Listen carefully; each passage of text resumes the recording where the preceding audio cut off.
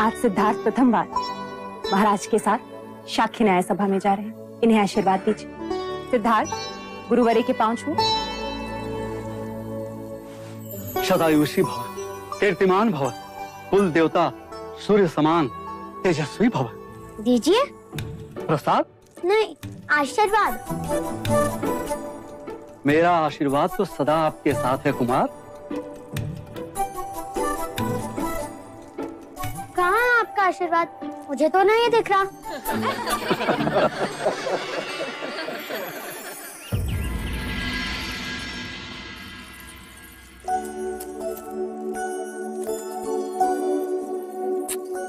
क्या न्याय सभा जाने के लिए इतने आभूषण पहनना आवश्यक है माँ? हाँ, क्यों? तभी तो तुम युवराज लगोगे। तो क्या आभूषण ना पहनने से युवराज युवराज नहीं होते? तुम्हारा नाम सिद्धार्थ नहीं, प्रश्न होना चाहिए था।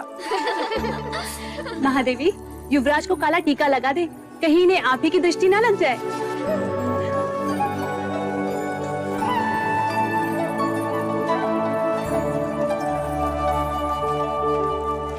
दीजिए देव, युवराज न्याय सभा जाने के लिए सज्ज है। मुझे इतने आभूषण पहना दिए हैं कि अब तो मैं ढंग से खेल भी ना सकूंगा। पुत्र, तुम युवराज हो, इतना बोझ तो तुम्हें उठाना ही होगा। चलें? क्षत्रिय ऐसे नहीं है, ऐसा चलता है।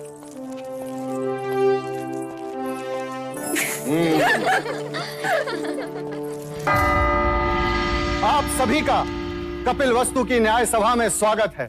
और स्वागत है हमारे युवराज सिद्धार्थ का और कुमार देवदत्त का भी, जो आज प्रथम बार कपिलवस्तु की न्याय सभा में उपस्थित हुए हैं। युवराज सिद्धार्थ की! युवराज सिद्धार्थ की! युवराज सिद्धार्थ की!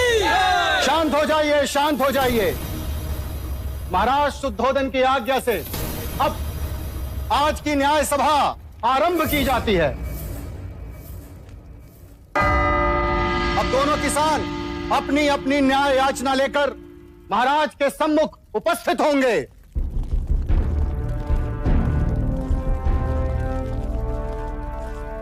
प्रणाम महाराज। क्या याचना है? महाराज, मेरी याचना इस कुशल के विरुद्ध है।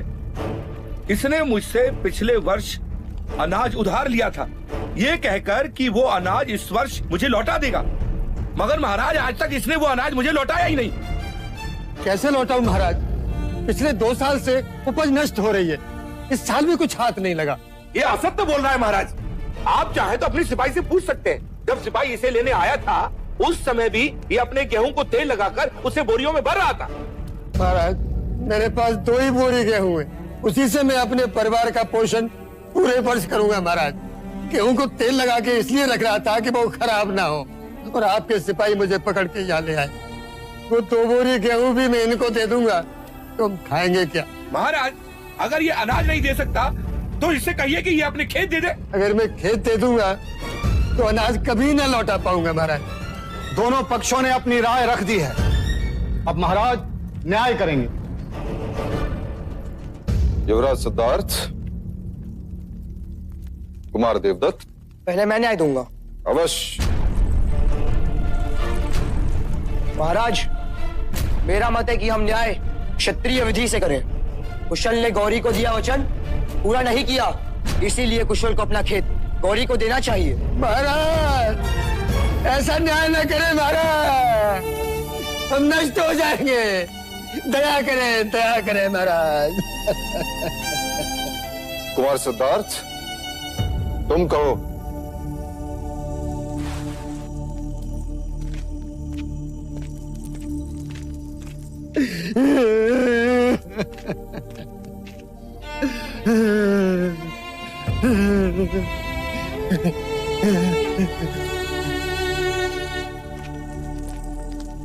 महाराज, यदि कुशल गौरी को गेहूं दे देगा तो अपने परिवार का पेट कैसे पालेगा?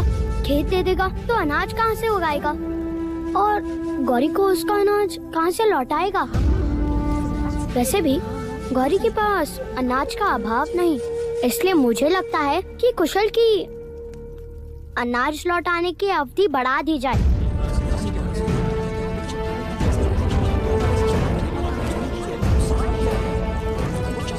मैं देवदत्त के न्याय से सहमत हूं। यदि व्यापारी अपना वचन पूर्ण नहीं करेगा तो राज्य का व्यापार रुक जाएगा। इसलिए कुशल को, गौरी को कुछ न कुछ तो देना ही होगा। क्षमा करें महाराज, चलते समय मेरे पास जितने पन थे वो सब गौरी को दे दिए मैंने। महाराज इसने मुझे कुछ नहीं दिया। महाराज गौरी असत्य कह रहा है। महाराज मैं असत्य क्यों बोलूंगा?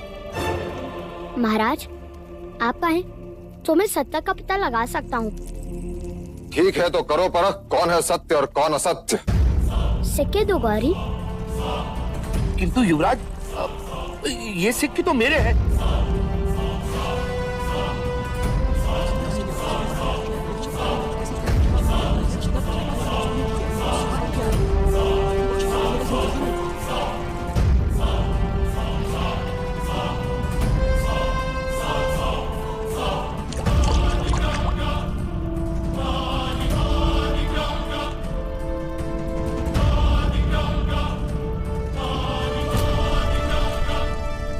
ये सिक्के कुशल के ही हैं।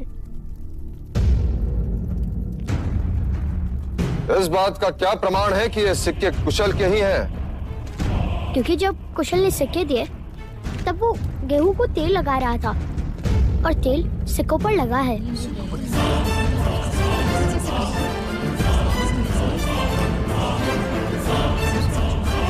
जवाब महाराज, जवाब।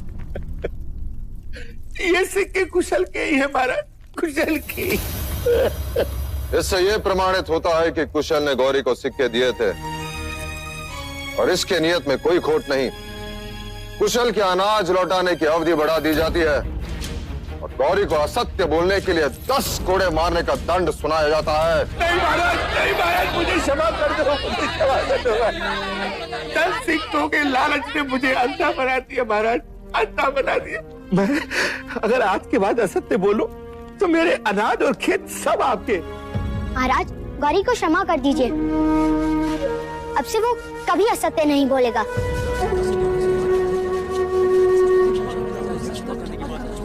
गौरी मैं तुम्हें क्षमा कर सकता हूँ यदि इस न्याय सभा में कोई तुम्हारा उत्तरदायित्व लेता है कि तू दोबारा झूठ नहीं बोलेगा।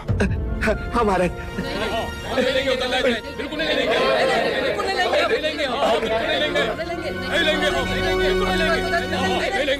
देखा गौरी, तुम्हारा उत्तरदायित्व लेने के लिए कोई तैयार नहीं, इसलिए तुम्हें 10 कोड़े मारने का दंड। महाराज गौरी का उत्तरदायित्व मैं लेता हूँ।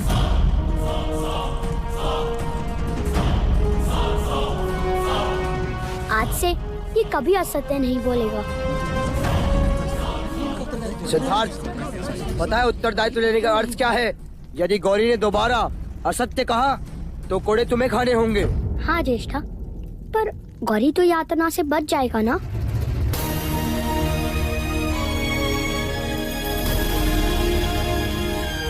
युवराज सिद्धार्थ की जय हो। युवराज की, युवराज की, युवराज की, युवराज की, युवराज की, युवराज की, युवराज की, युवराज की।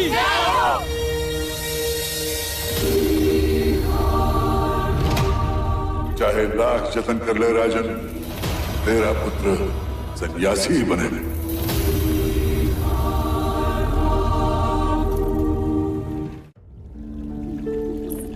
सारे नगर में सिद्धार्थ की न्याय कुशलता की चर्चा हो रही है। पूरा कपिलवस्तु खुश है। क्या हुआ देव, क्यों मन अशांत है? आज तो आपके क्षत्रिय ने पूरी न्याय सभा जीत ली। न्याय करना क्षत्रिय का लक्षण है और बुद्धिपूर्वक न्याय करना ज्ञानी का लक्षण। परंतु अपराधी का उत्तरदायित्व लेना करुणा का लक्षण है प्रजापति। और राज्य करुणा से नहीं चलता।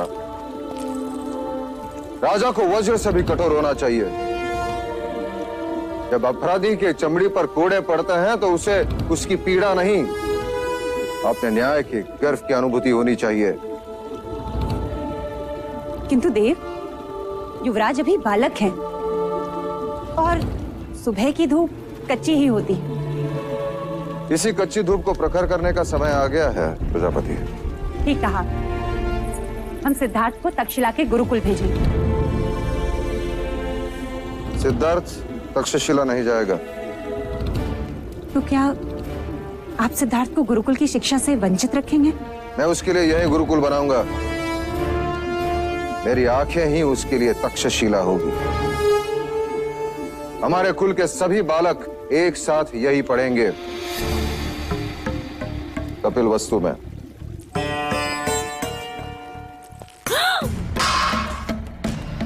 भोजन पर क्रोध नहीं करते देवता। क्यों न करूं? मुझे सब पर क्रोध आ रहा है। मेरा न्याय उचित था, महाराज भी सहमत थे, फिर भी प्रजा ने सिद्धार्थ के नाम की जय जयकार की। क्यों? आंसू पोंछो देवदत्त, इस भांति रोते नहीं, अब तुम बड़े हो गए हो। यदि आप महाराज से बड़े होते तो राजगद्दी हमारी होती। देवदत्त, सची तो कह रहा है वो। इस भांति बड़ा होकर भी देवता छोटा नहीं बनता।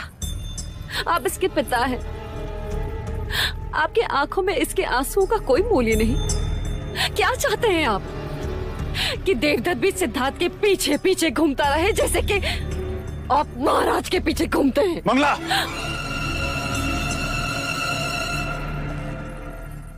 अब देखना देवदत्त के आंसुओं का मूल्य कौन चुकाता है, महाराज सिद्धोधन अथवा युवराज सिद्धार्थ।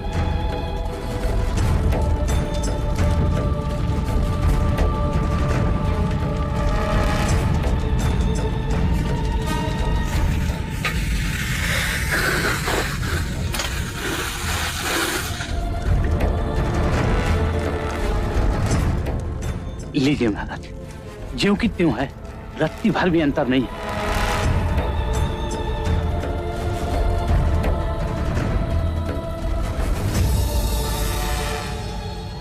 ध्यान रहे, किसी को पता ना चले। महाराज, अगर मुंह बंद करने का कुछ मूल्य मिल जाता तो।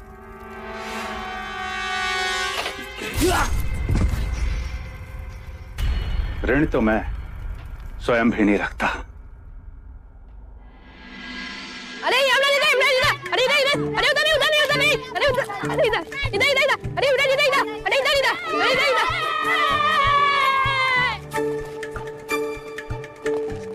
खेलोगे हमारे साथ? नहीं।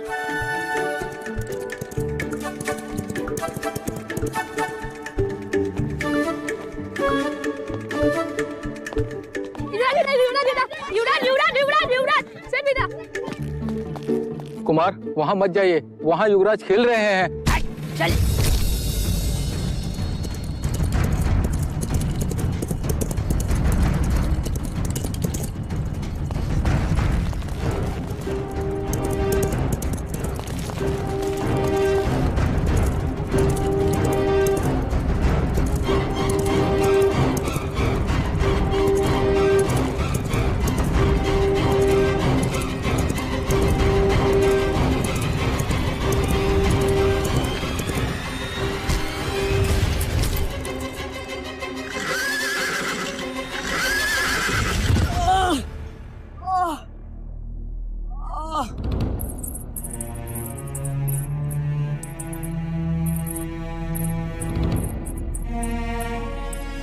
यही वो लड़का महादेवी।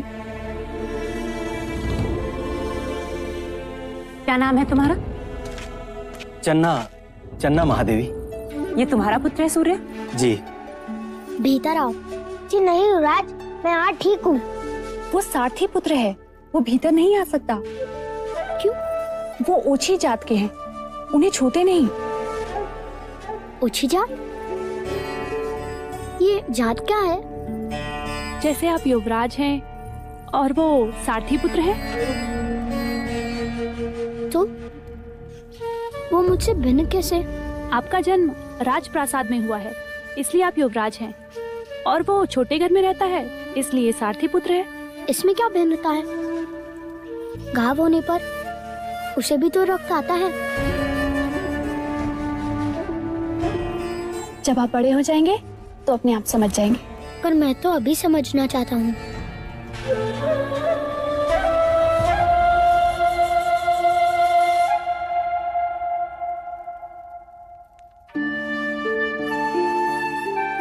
अरे नहीं नहीं युवराज, ये क्या कर रहे हैं आप? हमें नहीं छूते, हम ओछी जाति के हैं, हमें छूना पाप है।